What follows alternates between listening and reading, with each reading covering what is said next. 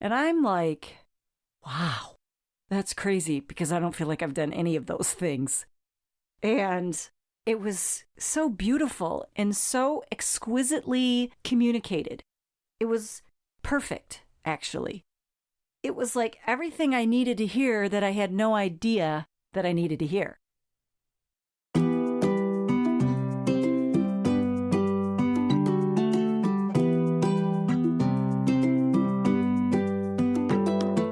Welcome to The Onion Peel, a show where we get real, raw, and honest about life. It's a space where authenticity lives and hope resides.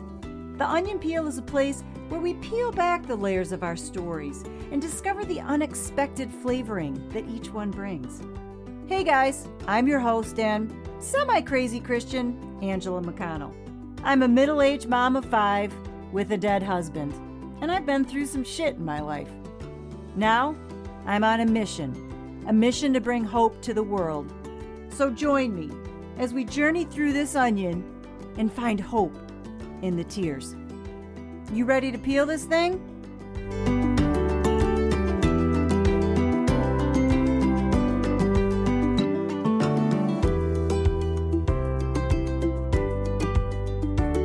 Hey guys, welcome to The Onion Peel.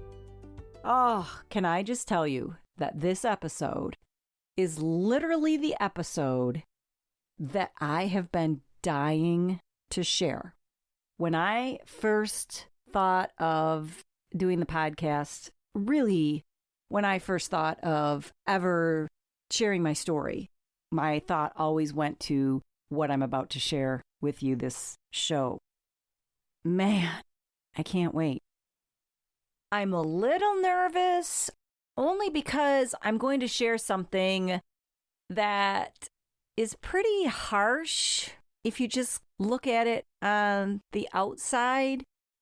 And for those of you that are believers, you might have a hard time with this, but I can't not share this story.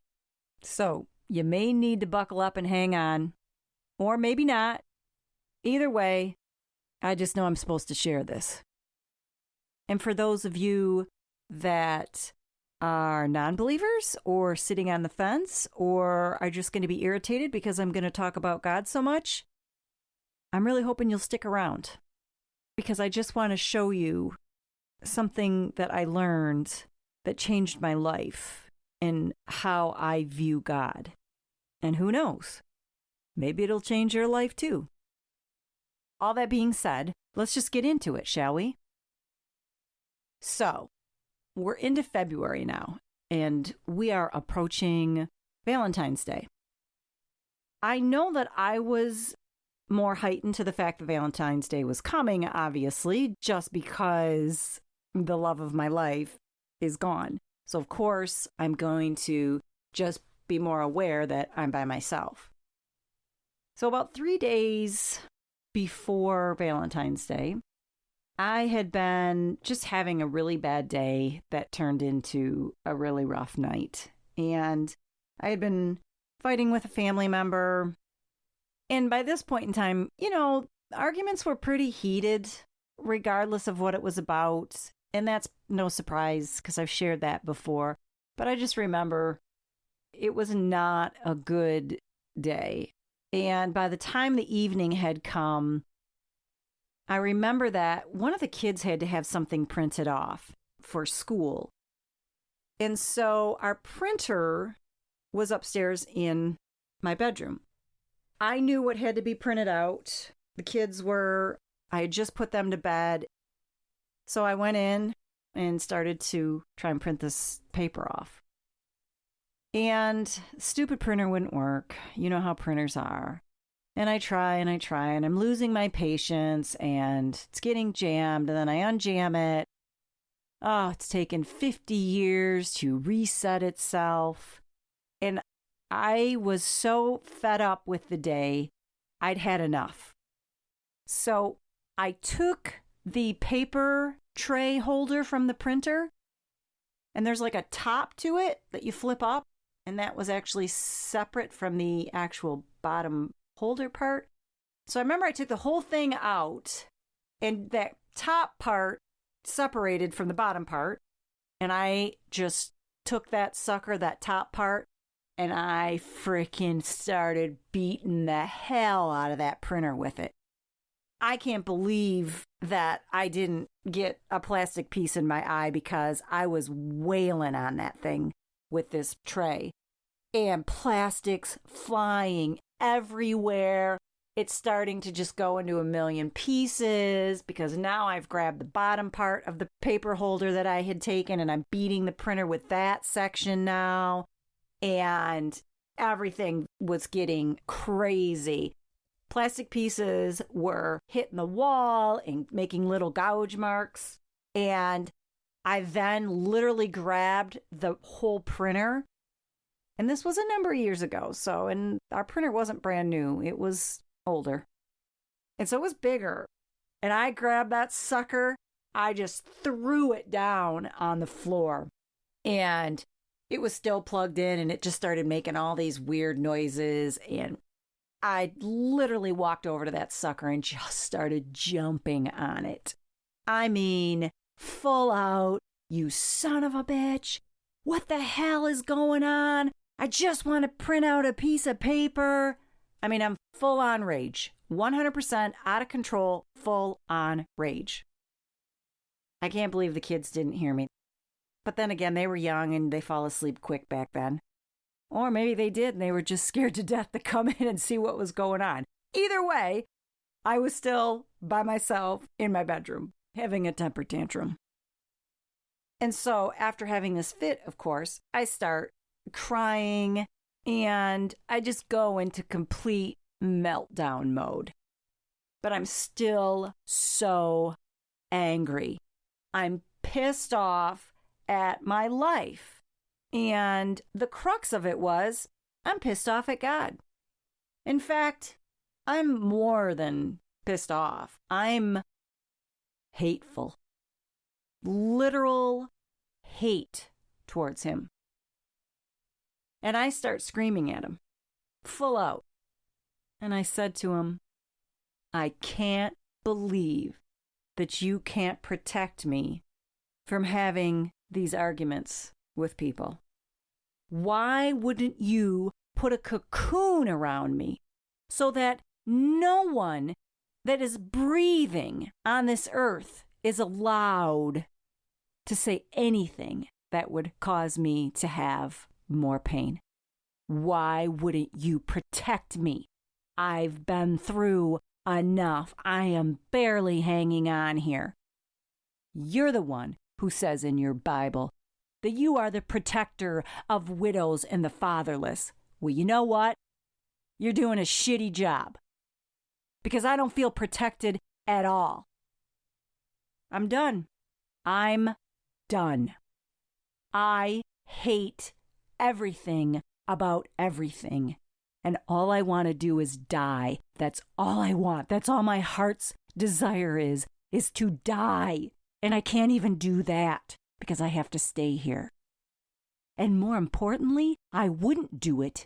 You know why I wouldn't kill myself? Because I wouldn't give you the satisfaction of seeing me face to face. You're the last person in the existence of the universe that I want to frickin' lay my eyes on. And you know I didn't say frickin'. And then came the real venom. I hate you. I want you to die. I want you to hurt the way that I hurt. You could stop this, and you're not. You're not taking my pain. I hate you. And then I said something that I'm not super proud of. Not that I was proud of all of what I just said, but to be honest, I just wanted to gut punch him. So right then and there, I told him I'm done. I'm done pushing your crack. Find a new drug dealer. Because I'm done telling people about what drug you want them to take. Which, of course, was Jesus. Yeah, that's tough to hear, I know. It's hard for me to say. but it's the truth. I said all those things because I wanted him to hurt. I wanted him to feel the pain and suffering that was inside of my soul. It was not a proud moment, but it was a real moment. I then went into my closet. Light was off. I just sat in there on the floor and just started sobbing and rocking back and forth. And I eventually fell asleep in my closet out of pure exhaustion. I mean, that was an emotional explosion of so much anger and pain. And plus, I was physically tired because I had been jumping on that printer and throwing it and all that stuff. You know, I was enraged. And so my body was just depleted of everything. So I fell asleep pretty quickly after that. So I get up, early the next morning. I wake up, right? It's still dark out, but it's morning. Took the kids to school. And I got a phone call later in that day from my oldest son. He said, "Mom, I have a card here from one of my coworkers. Do you mind if I open this up and read it? Because when it was given to me to give to you, she said she just really wanted you to hear what she had to say." So I said, "Absolutely. Open that baby up. Read it aloud to me." So he opens his card up, and it's like a book. I mean, it's just covered front, back, center with handwritten words from a woman that he works with that I have never met in my life.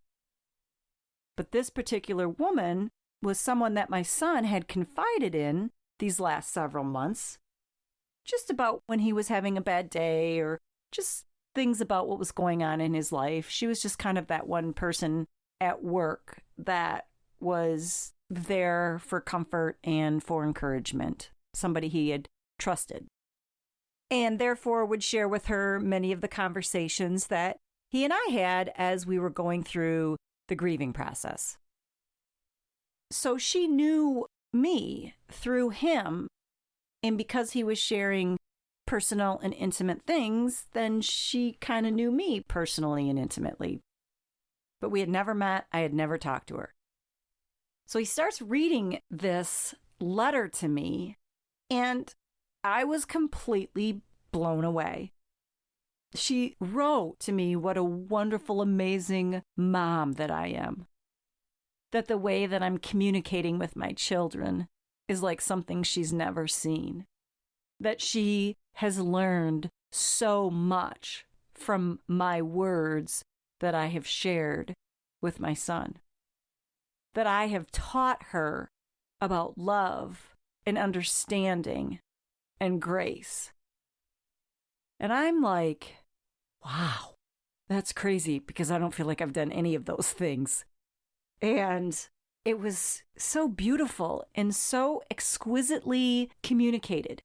It was perfect, actually. It was like everything I needed to hear that I had no idea that I needed to hear. So by the time my son gets done reading it, I mean, we're both crying because it was such a beautifully touching note. So fast forward now to the next day. At that point in time, believe it or not, we were still in the house, waiting to be kicked out at any moment, but we were still there. We were trying to see if we were going to be able to come up with a case to be able to find a way to get it back. And so that had to do with trying to find out value. So in that, I had someone come over to the house that was a friend of a friend. She came and just was kind of giving me some pointers on some things with the house and what the value might be. So we get done kind of talking the business part and got on a conversation of how you doing type thing. She was very well aware of what had happened, of course. And I just started talking. I can't even exactly remember what I said to her, but I was me in the sense that I shared where I was. I shared and was honest and real, because that's just the only way I know how to be. And I remember talking about that there was going to be great things that would come out of this someday, that somehow there was a plan in all of this, just all of that kind of stuff. And I was having a moment in this particular day of feeling okay. I wasn't feeling particularly down. I certainly wasn't feeling up, but I was feeling okay enough to believe that. Even though I just had that crazy fest the night before, that day, I was just in that place where I was able to talk and share about my situation. And I'll never forget, she looked at me and she said, "I love listening to you speak." And I was like, "Oh, thank you so much." And I started to share a little bit more just about how much I appreciated her saying that. And, deep down in my heart, I feel like I have this dream of somehow sharing all this someday. And went on and talked about Don and what his life had meant to me. And I look over and look in her eyes, and she's teared up, starting to cry. And I was like, whoa, that was crazy to me, because I knew enough about her that she was not the type to cry, especially if she was out on a business appointment. Professionalism was always what she was known for. And crying wouldn't be considered professional. She said, "You need to be speaking. I'm telling you right now, you need to be speaking, and I'm going to be the first one in line to buy a ticket to come and hear you." I said, "Thank you so much. Wow, that's such a compliment. Thank you." We ended up our conversation, and she went on her way.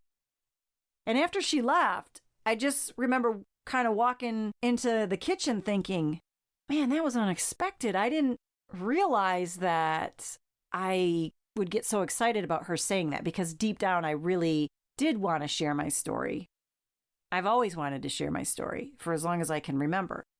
And so for her to sit and encourage me in that and tell me that I would be amazing at it was awesome, but also affirming, because she said something to me that I knew that was deep down inside of me, and her words began to give it life. So now we fast forward the next day, Valentine's Day. I get up, do my day. All of a sudden I hear a knock on the door, and it's one of my neighbors. I opened the door and she said, "Hey, I brought you 2 pies today. I know that being Valentine's Day, Don would want you to have something today. And so I'm bringing you these pies because he loved pies." I mean, that's just beautiful. I mean, come on, that is just awesome. I was so touched that she would think of me. And she then went on to say, "I just think you are such an incredible person. Your strength amazes me. And I just want to thank you for being my friend." Wow, because I've been totally pushing everybody away. I don't want to be around anybody. And she comes in with these wonderfully kind words. So I took the pies and said goodbye and went on with my day. Now, I didn't think too much about any of these events separately. They were just all their own individual experience. The next morning comes. I, out of a dead sleep, spring up in my bed. Literally spring up. As in, I'm laying down in bed, and within a split second, I am, boom, sitting straight up in bed. Fully awake. Not groggy. Not still kind of waking up. Didn't even have one of my tremors. Just literally went from sleep to wake, boom, done. Alert and ready to go. And as I'm sitting up in bed looking around going, well, this is interesting. All of a sudden I get this immediate download of information that was just inside of me. And it was like all of a sudden the last 4 days were put together in a story for me with a beginning and an end. And I saw it. I was given the whole message from God. He was showing me something, and I damn well better be alert and awake to hear it. And he was giving it to me now. And it was just there, and I saw it. And the revelation of what he showed me has altered my life in a way that I almost can't put into words. Because I received the true understanding of what it is to be loved. Because you see, what God showed me in that morning wake-up call was He loved me no matter what I said to Him.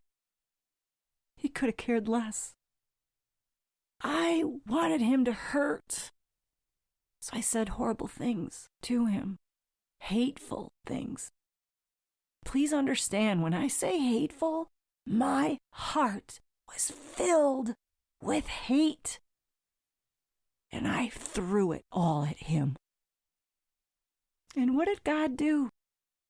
What did He do with all of that hate that I spewed at Him? Did He reprimand me? Or punish me? Or go silent? Nope.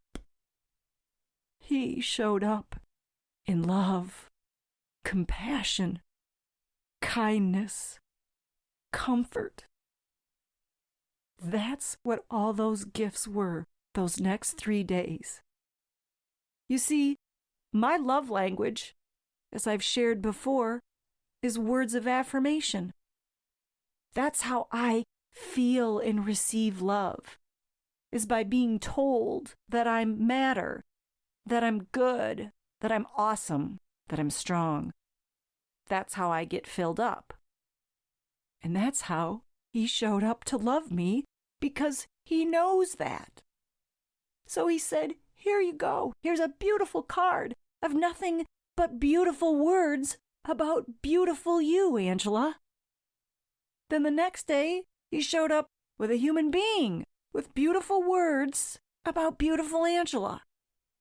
And the next day, He showed up with beautiful words for beautiful Angela. He wasn't mad at me. He knew that I was hurting. He knew that I felt like I was dying. That didn't change how He felt about me or whether I was worthy of receiving love. He just said, it's okay, honey. I know the pain is unbearable. I know because I've been there. And I'm not leaving you. I'm not going to stop loving you because you're mad at me. I can't take this hurt away. I want to, but I need you to feel it. I need you to know it. Because what we're going to do with it is going to be mind-blowing. But until we get there, I'm going to be right here with you. I'm not leaving you. I love you. That moment changed everything for me. My whole way that I view God changed. I truly understood that He just loved me. I didn't have to do anything. I didn't have to please Him. So I was a little kid having a temper tantrum. It didn't matter. He knew why I was saying and doing what I was doing. Because He knows us. He knows every molecule of who we are. He just came in and put His arms around me and said, I got you. Go ahead, scream, yell, blame me, do whatever you need to do, honey. I'm right here. And I'm going to show you that I'm right here by loving you the way that you receive love. So you have no doubt that it's coming from me. You see, if somebody would have come up and given me a bunch of hugs, that doesn't work for me. I mean, don't get me wrong. I love a good hug. Who doesn't? But that's not how I receive my greatest feelings of love and affection. That is through words of affirmation. If you don't know what I'm talking about, you definitely should go read The 5 Love Languages by Gary Chapman.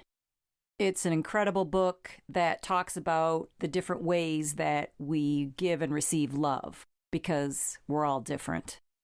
Highly recommend reading it. It will absolutely change every single one of your relationships for the better. It was so clear to me what God was saying. It was so evident. God just loved me. It didn't matter that I was so disrespectful, so in His face. yes, we all know that's a little bit of my personality. Y'all can tell that, but that's the way God created me. He created me bold. So if he's going to create me bold, he's going to know he's going to get a mouthful sometimes. Now, that doesn't mean I'm encouraging people to do that. I'm not. You have to be who you are with God, and that's the whole point of what I'm saying. God knows you, and however you need to be in your pain, please know that it's acceptable. Please know that he loves you. No matter what you say, what you do, what you think, what you feel when you're suffering or when you're not suffering, just be you. He loves you, no matter what. And I say that because I feel that there are so many of you out there that don't believe that. Because quite honestly, I didn't believe it either. It's like you sort of believe it because you're supposed to. But after this event, I just never doubt his love for me. It's just not something that even comes into my thinking. You know what? If you don't believe in him, tell him that. Just say, you know what? I think you're nothing but an old man in the sky. And I think Angela McConnell's a kook. I think she's an absolute kook for believing in you. What a joke. I don't even know why I'm listening to her. Tell him that. Tell him, you know what? I'm pissed off at you from my parents' divorce that happened 45 years ago. You know what? I'm mad that my sister crashed my car and now I don't have a car and I can't go out with my friends. You guys, I don't care what it is. I don't care how trivial your anger, resentment, pain, or whatever is. I don't care.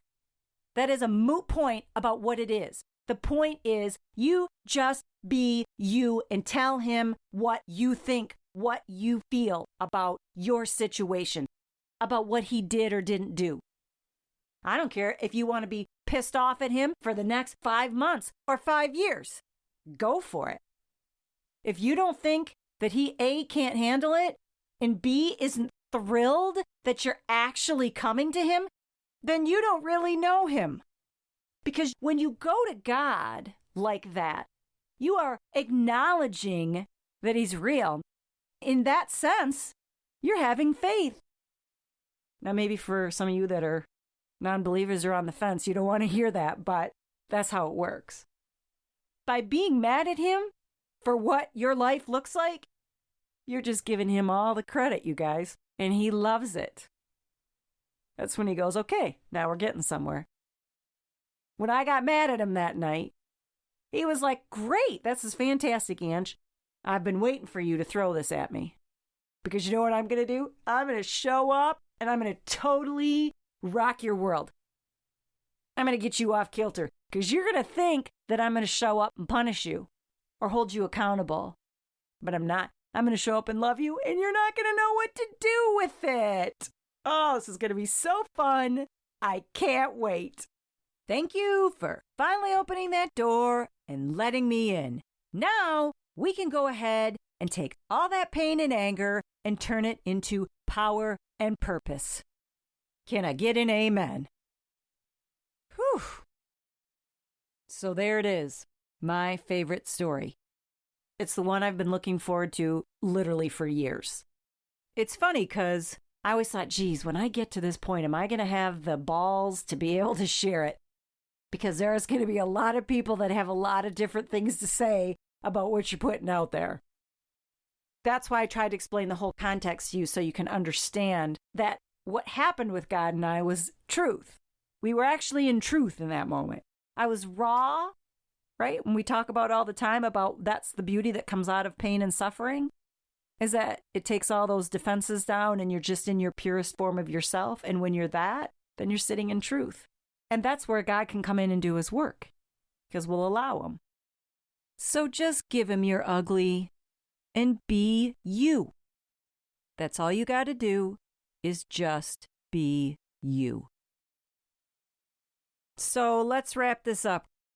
As always, thank you for being here. Thank you for listening. Thank you for sharing.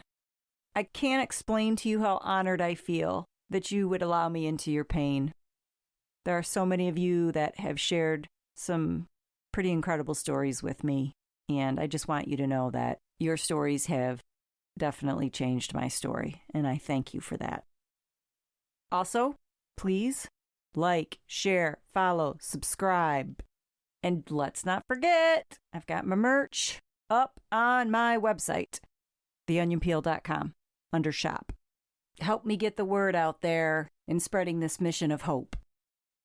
So with that, it is that time to put this onion back in the bin until we talk again.